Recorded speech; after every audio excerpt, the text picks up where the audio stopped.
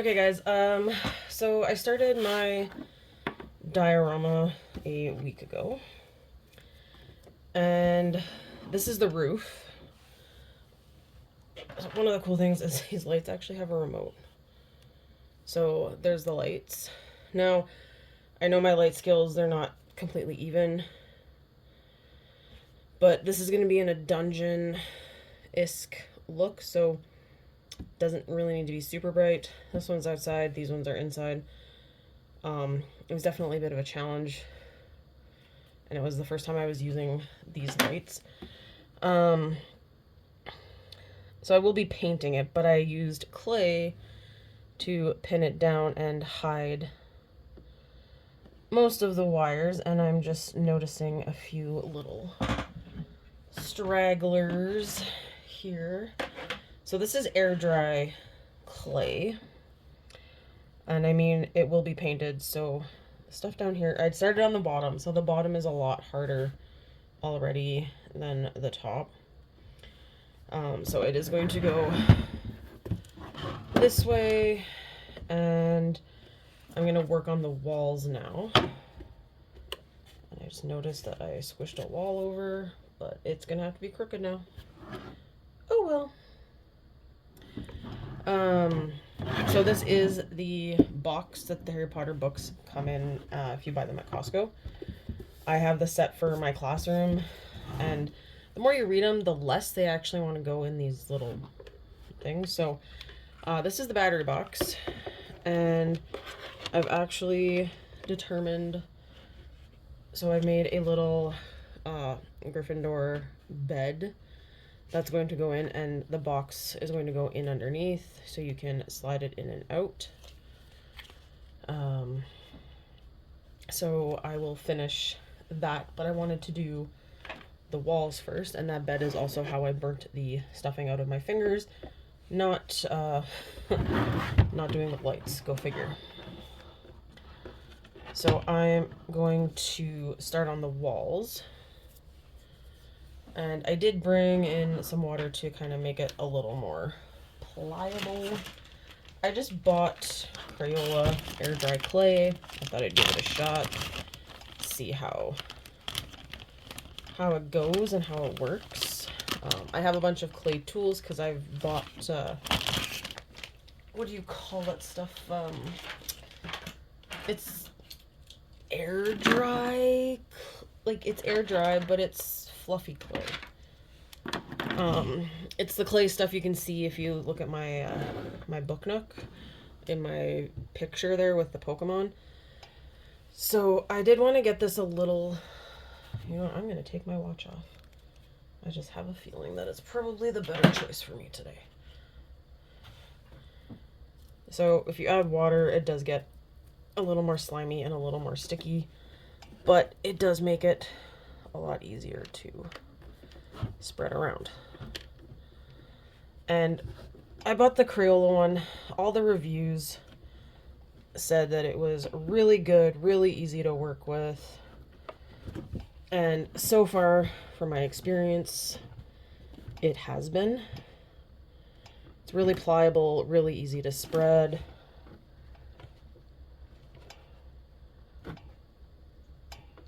And my diorama has like gained 20 pounds, I feel like, from just putting the ceiling on. So I only have to do 3 sets of walls because I'm going to do Harry, Hermione, the one Weasley twin that I have, and Malfoy. So the way it's going to work, I have Harry in the Gryffindor bedroom. So I have the bed, and I know he has like a little baby hippogriff thing with him, and then Dobby. So those will go in there too. And then all the like the little extras, which I'll have to remind myself what's in it when I go to do details. Hermione, of course, I'm gonna go with a what's the word, library, like kind of library-esque den, because that's definitely her MO. Okay, so doing the walls, doing the walls has been way easier than when I was doing the lights, because I had to watch out where the light bulbs were so I didn't cover them and everything. So now that I got the wall, I should have done the back wall first. Oh well. Oh well, I'll figure it out as I go. Okay, so I'm gonna use, because I want to make lines like the wall, the brick walls, or stone walls, I should say, not brick.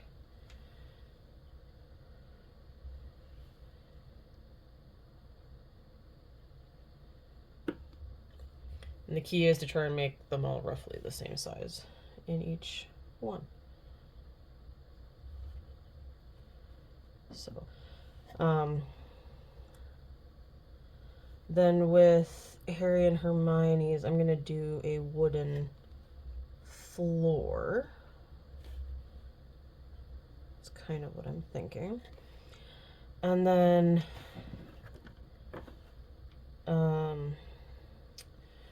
obviously, the Weasley one in the like a dungeony setup is going to have a stone floor, because who puts a nice floor in a dungeon, especially like a potions kind of zone, right? We don't want that. And I'm not worried about the walls looking too perfect. I mean, most castle walls don't look perfect.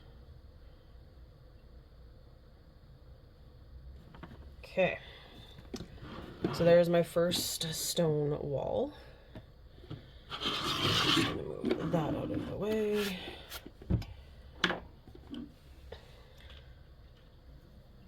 So this floor, I actually, because before I realized and even decided to try the remote, I was going to try and push the button on this thing all the time, but it didn't seem very secure to me.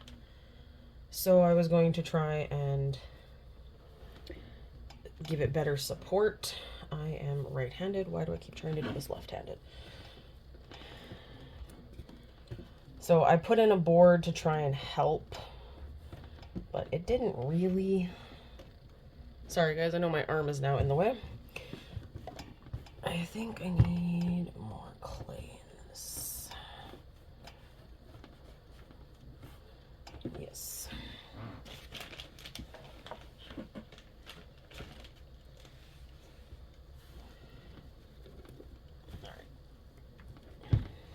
That might be too much. I should have put smaller amount in first.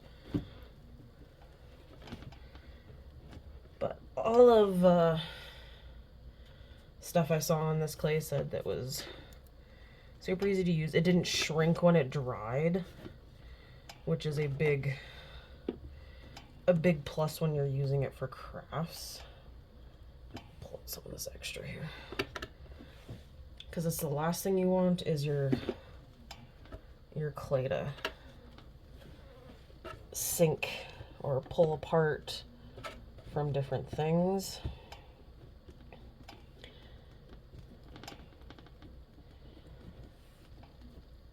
Ugh. So this is one that I typically have just been working on the weekend, just time-wise. Although, honestly, I probably would have last week, but I was so exhausted. I don't know what was going on last week with everything, but, I mean, this week is Halloween, so I feel like that's going to be more exhausting, but apparently there was something last week. All of us teachers were just like, we're done. We're dead. So, but this week is Halloween, so that'll be... so you might notice from that statement that my videos are not like done well, I post every day, but I sometimes record multiple videos, and that's just so I have think we're good to trace our lines now. I like to keep a bit of a stockpile. Oh, that box is getting dirty. The biggest reason is sometimes things come up and I just don't have time to do videos. So I like to keep some in the background just in case. I know I'm going to be coaching basketball soon.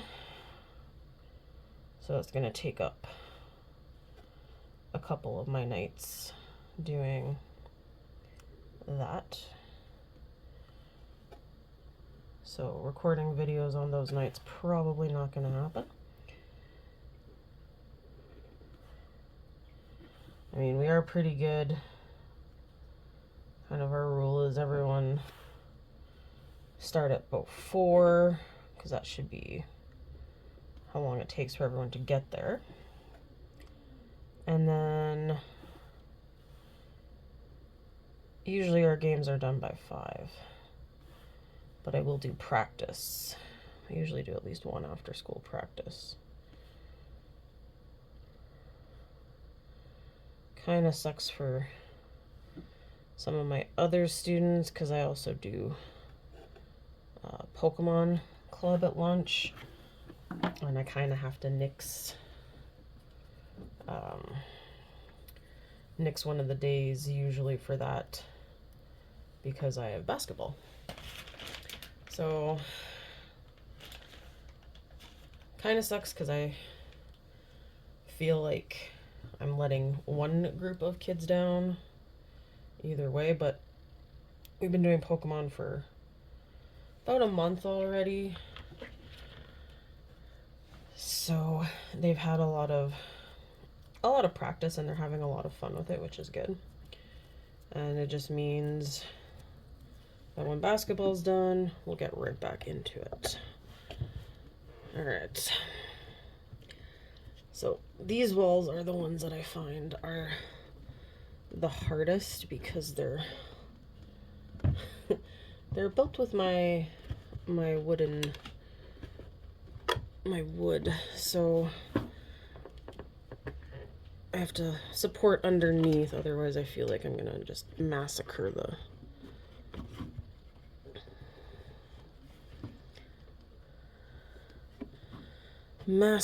stuffing out of it. Now, one of the clays that I was looking into possibly getting, there's a... What are you doing? Sorry, my one cat is just wreaking havoc today, and I don't know what I heard something fall. I think she jumped in behind my recliner that's in here for possibly reading, but all I've been doing since I've set up the zone is crafting, and it's kind of a cat zone, so when I'm not in here, they're usually the ones sleeping on the chair, so at least it has a purpose. Anyway, there's one person found her last year, or I say last year, but I'm thinking school year, on Facebook, and she actually does videos, but she makes creepy stuff. It's Peculiar Ashley, and I really liked her because it's miniature stuff, and it's creepy miniature stuff, and I love my creepy. And my students loved her too. We watched a bunch of her stuff at lunches near the end of the year. But she uses an epoxy clay, and I'm curious to try it, but right now with moving and then start of the school year and then Christmas, budget has forbidden me from spending more on my craft room.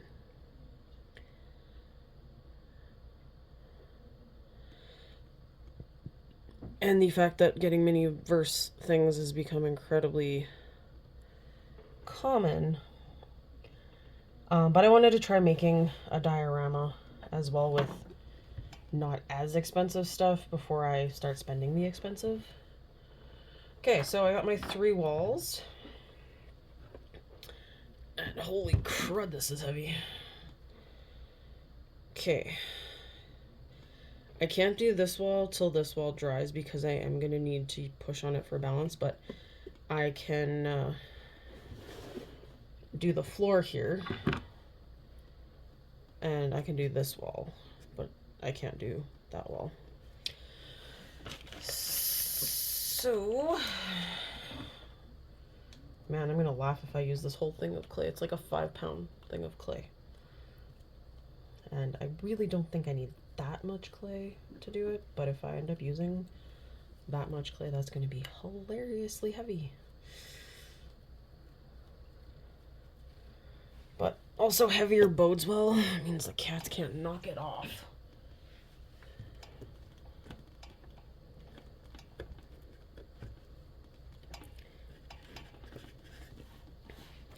Alright.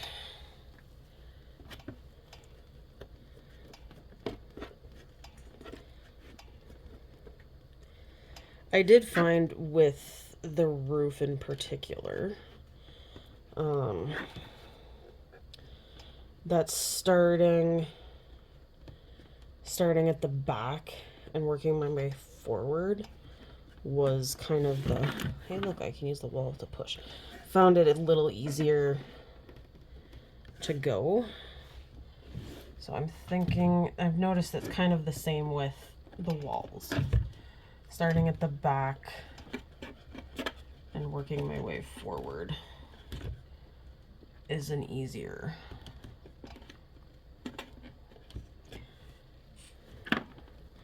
And then you're like pulling the clay towards you, not pushing, and you can kind of even it out a bit better. And I honestly feel like using clay kind of reminds me of making cookies. Because you can feel the thickness. And I taught foods a few years ago, and I remember my kid saying, like, how do you know how thick to roll it out? And I said, well, roll it out. And I said, it's going to sound weird, but if you put your hand on it, I said, you can kind of feel how high it is off the counter. And they all thought I was nuts till they'd tried it. And they're like, you're right, I can kind of feel. And I'm like, yeah, that's how I've always done it. You just gently put your finger on it and you can kind of feel where the thickness level's at. If nobody knows what I'm talking about, well, I guess I'm weird. Alright, so there's the floor. I'm just gonna touch up my lines there.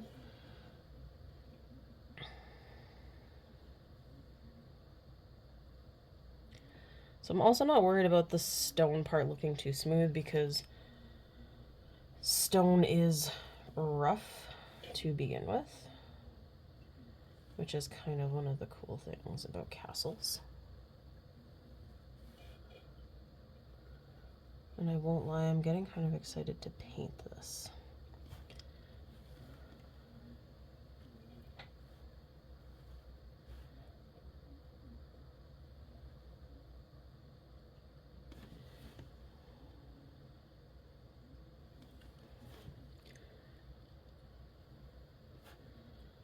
Alright. And kind of one of the reasons I'm starting with this is I do want to do oh my lord, this table. This is why we cover the table with disposable paper. I want to do one with mini-verse things. And I'm thinking some sort of greenhouse. But I'm also trying to think, like, I kind of want, like, a creepy greenhouse. I really should have done I'm going to do the back before I do the other walls here. I'm going to just clean this first. You know what? We're going to stop. I'll come back. Okay, that did not take as much time or effort as I thought it would. Uh, gotta love keeping stuff clean as you go. It's like baking. It's everything you gotta kind of clean as you go. So I'm thinking if I do it at an angle, kind of just gives me a better visual of the back wall and what I'm doing. But that being said, I could easily squish it down as well. So I do kind of pre-smush as much as I can before I put stuff in, just to kind of give me a better idea as to length.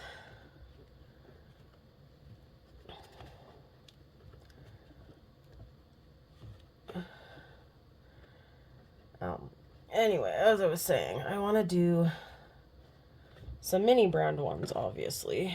And I was thinking of like a creepy greenhouse, to make it like an abandoned greenhouse and the plants are still there. But then part of me is like, but I can make a pretty greenhouse. And well, I like the creepy aspect. I just don't know if me making creepy things is something that could happen. Alright, I see a space over this way.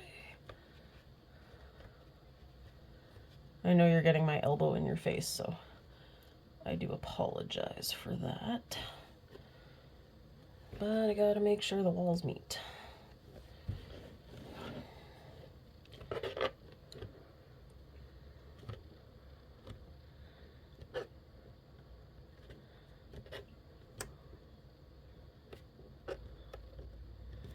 Alright.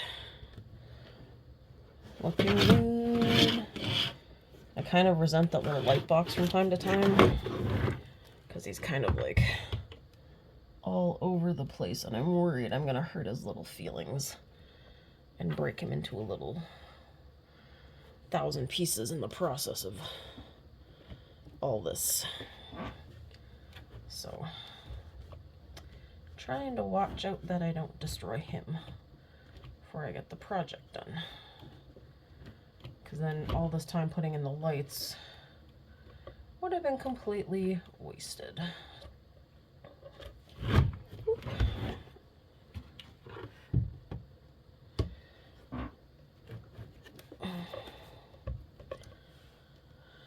Okay, so that looks good. Where is my stabby tool? My stabby tool. Alright, so I'm going to try and match it up with the lines from the wall on the one side, so at least the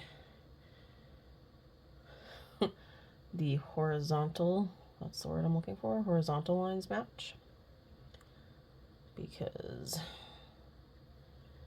nobody builds two separate walls that look funky. Whoops. So these are really cheap tools, like I said. I'm very much a fan of starting with cheap stuff before you work your way up to expensive. One of my students has one of those 3D filament pens, which are freakishly cool, by the way, if you've ever seen them. So that's something he's gotten into, and a lot of kids were very excited, and he said he just got his at the dollar store. And the kids are like, that seems really weird. And I said, not really. I said, you start off with, whoops, sorry. Start off with the dollar stores, your first few things, and then if you're, I'm going to find a way to tape that to that box. As you start enjoying it and doing it more consistently, that's when you start spending money on stuff. Don't just go all in on the first hobby you come across, because you might not end up liking it. Like when I started scrapbooking, I started off kind of just doing my own crazy thing with pictures I had, and then I started getting, oh hey, let's get like nicer books and all that kind of stuff. So as you go, that's honestly how you should do it. Okay, where's my Scotch tape? We are gonna try, I will never have to put it on this side, so we're gonna Scotch tape it. Actually, I never have to put it back on that side either.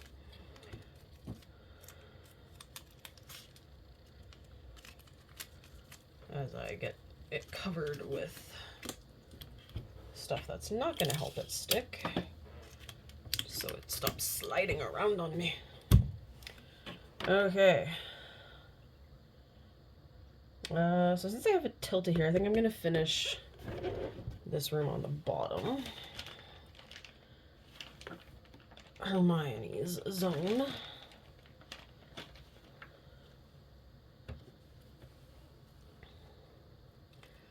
Since it's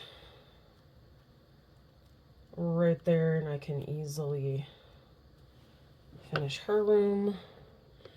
And I know there's some copper wiring still on the roof that you can kind of see, but I am painting it gray, so that should, keyword should, cross out any of the gray that you see.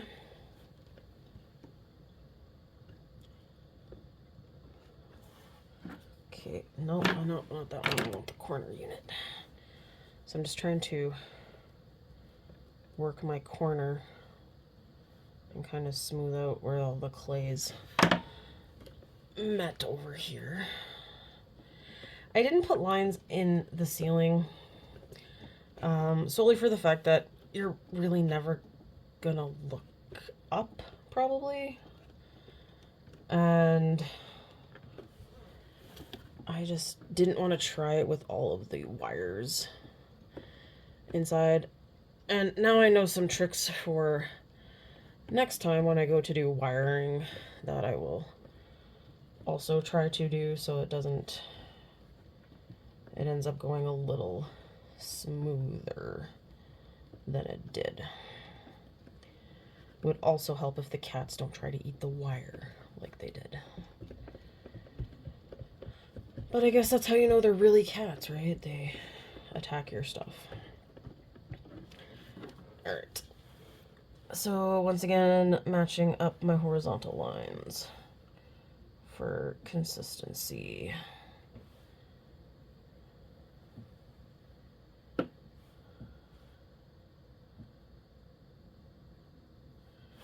And then because I have 4 rows, I have to make sure that my vertical lines match as well with every second one.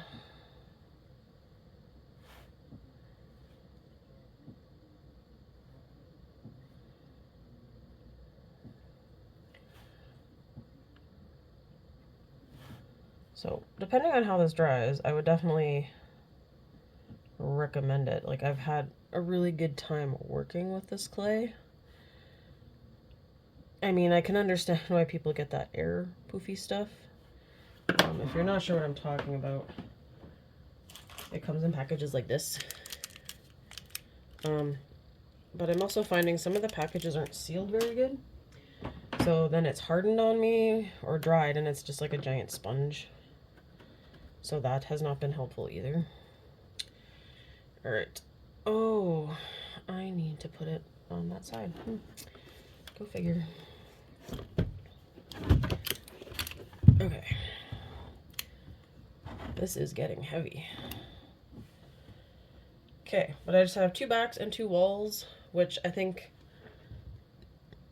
this wall I can definitely do. This one, I'm still a little sketchy on, so we'll see. If I could finish all the clay work today, that would make me incredibly happy.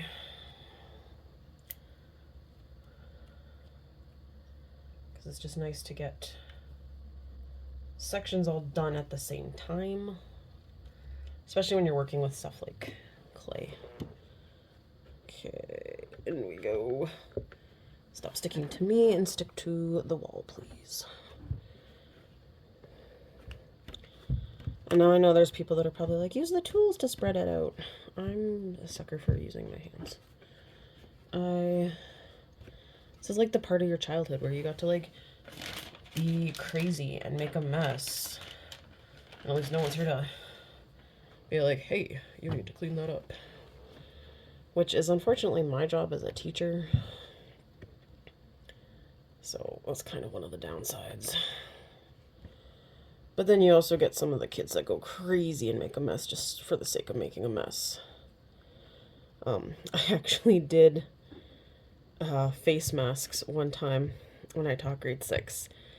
And it was just before like our Easter break. And we spent the whole afternoon. It took us like a couple hours to get our masks all done, and then the cleanup, there was clay all over the floor. And I was like, we can't leave this. This is not okay. So I had a couple kids. We got the broom, we got the mop actually, and they were so good. They mopped the stuffing out of our floor, and it looked so good by the time they were done. I was really impressed. But that's the thing.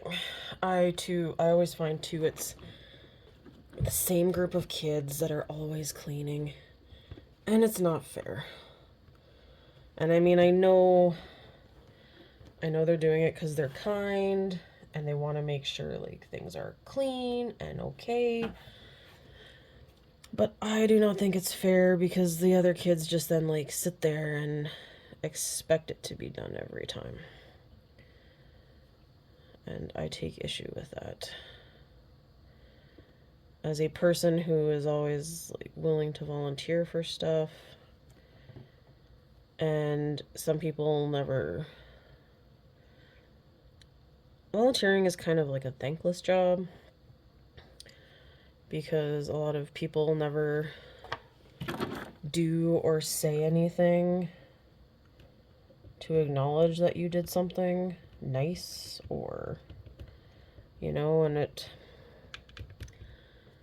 it gets to you after a while. So I expect that it's the same with my students. I always make sure to thank the group of girls that I have that always seem to be the ones that stay after school and clean up. Last year, though, I had one guy. He was always insistent. He always stayed, always swept, and I always thanked him. And the custodian was really grateful because they only give them so many hours to clean. And unfortunately, not every room, when they get there, is very clean. And I am very much you make the mess, you clean it up. So I teach that to my students. And I will say, like the group I have now, they're crazy good at cleaning. We were doing poetry, and they have to do their good copies, and they have to kind of like scrapbook it, I guess would probably be the more appropriate term. The amount of paper and everything that was everywhere in the classroom, I just looked at it and I was like, this is never getting cleaned up today. It's going to be a disaster. And oh man, they hopped to it, and I was super impressed with how well they cleaned. So that was a really nice thing to see, working together, them cleaning up the crazy chaos that they that they produced. So I was just thinking too, with the rooms, I think I'm gonna do different shades of gray, because otherwise it's gonna look really boring, I feel. just color scheme wise. And I'm thinking the dungeon I definitely will do darker because it's in the dungeon. So I'm going to do it a darker gray. And then the bedrooms I will give a more like lighter gray, maybe like throw a bit of brown in it for warmth, so it's like just different colored stone. I think that's what I'm gonna do. Because I know the one for Malfoy, because he's in the, I don't know if you saw the, or watched the openings of the little figures, because those are the guys I'm using. I'm going to try and do like a Quidditch pitch look for that one. And then he'll be outside in his Quidditch gear with his broom. So I kind of think I'm going to try painting some Quidditch stands in the background for him. Or at least like part of the Quidditch pitch. And maybe he's standing out in front of it. Not entirely sure yet.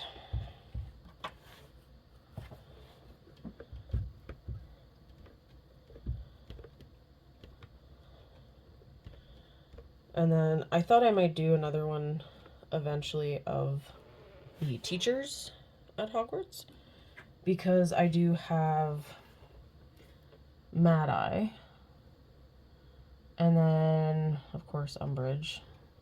Still a little bitter about that one. I don't like her at all, but I get she exists. And then I have the divination teacher, Trelawney, I think was her name.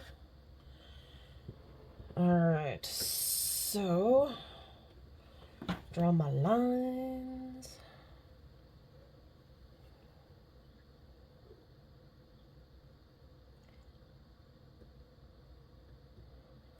If I can draw straight today, that would be nice. And I'm not worried about it being super smooth because we all know stone is not super smooth.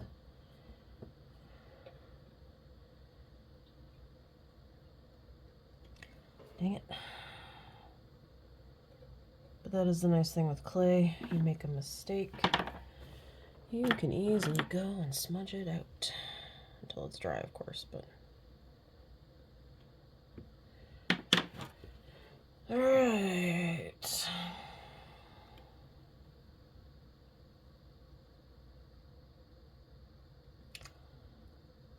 Yeah, I'm definitely having fun with this. This is... It's been a while since I've been this crazy with a craft. So, I am enjoying. I am enjoying this.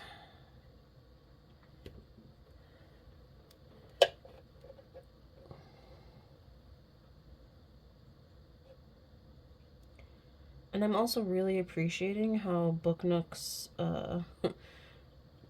get built and then squished together in their final stages. Because I tell you, that was not easy. Alright. Whew. So all of the, I'll tilt it here, all of the back walls have been done. I'll tilt you too. Okay, sorry about that. My phone, I swear I didn't touch the stop button, but my phone had run out of space. So I had to go delete the trash bin. So as I was saying, I have 2 walls left. And then it just needs to dry. And then I'm honestly going to give it the base paint and kind of see where we're at. Oh, See, this is why I need support on this, because it's not quite secured in there. Oh, more clay. So funny story. It used to be a whole lot more secure, but I will tell you what happened. I was not paying attention to where I was putting the lights, and I got the lights probably 3/4 glued, and I discovered that I had done it upside down. So I was able, with a lot of fight and effort, to get the wooden part out and flip it around, but in the process I kind of made it a little less secure, and I just couldn't get that stability back from my fighting with it. So kind of the clay is going to help cement everything in there as well, which is a good thing. But that's also why I need to hold the wall while I stretch the clay out over top of it, for the fact that it's not as secure as I'd like it to be. All right.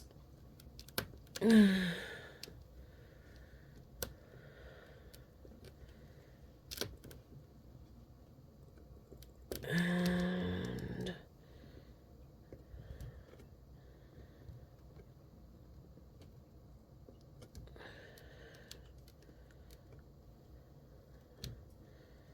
okay,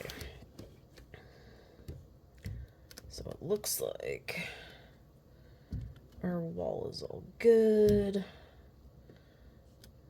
It meets the floor, and it's smoothed out. All right, last set of lines for the dungeon.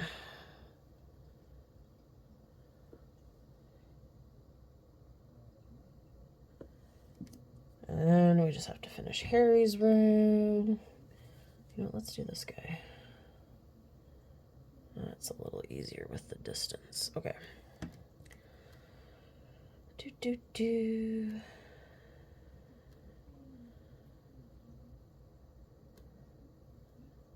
And then after I paint, I think the first thing that I'll do is get, oops, I forgot about these lines. Harry's bed placed and secured, because I didn't want to attach it until I was done with the walls. And if anyone is curious, oh, I put that on the line on the wrong side. All right, smooth it out. The bed cover has that awesome Gryffindor logo, and it says Gryffindor. It's actually the ankle part of a pair of socks that I had, and I have worn those socks for, oh gosh, years. But I finally killed them, put a hole in the foot. So because of that, I decided those would make great, using that would make a great blanket, because it would, has the colors, has the logo, which is extra epic. So, and then I didn't have to actually like go out of my way to go buy stuff for it. And I'm all about trying to reuse things. I haven't really worked on it in a while, mainly because, as glorious as it is to have this craft room, it's not big enough. I have problems, I admit. But if you saw my boyfriend's magic card collection, you would definitely feel like he has more of a problem than me. But there's just not enough to set it up And I would ideally, I don't mind the cats being in places when I'm in it. I do leave the craft room open all the time here just because of space with these where we're at, but I would like to be able to close the door and not have to worry about the cats, you know, getting into things and destroying stuff. So I've been working on a quilt, and I started doing it out of old t-shirts.